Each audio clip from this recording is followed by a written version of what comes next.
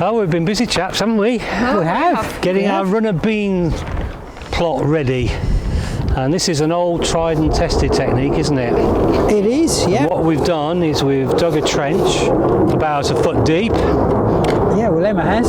Yeah, I'm not sure it's a foot actually. I think I've got a feeling one of us is going in there. But I'm careful. and the idea is you dig it that low, and then what you do, all your kitchen vegetable waste, you pop it in there. Oh, some good stuff in there. Get it all in. Have you got some gloves on there, Tony? Might probably do with chopping it up a little bit and all that.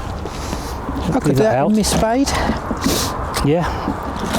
And then The idea is you can sort of keep the trench open and just for several days, can't you? And just keep adding it as you've got waste. Oh yeah. Yeah, so it doesn't need to go straight onto the compost heap. You put it into your trench, and what it does, it provides lots of moisture, doesn't it, to the soil?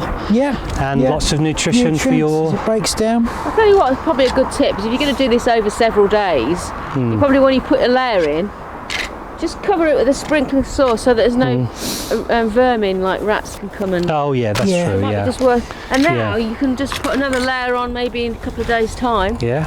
And then just fill it completely. So a bit of hard work initially, but thankfully Emma was on hand to do that for us. And I'll just sit back and watch as the two chaps finish it off. Yeah. Thank you. As usual.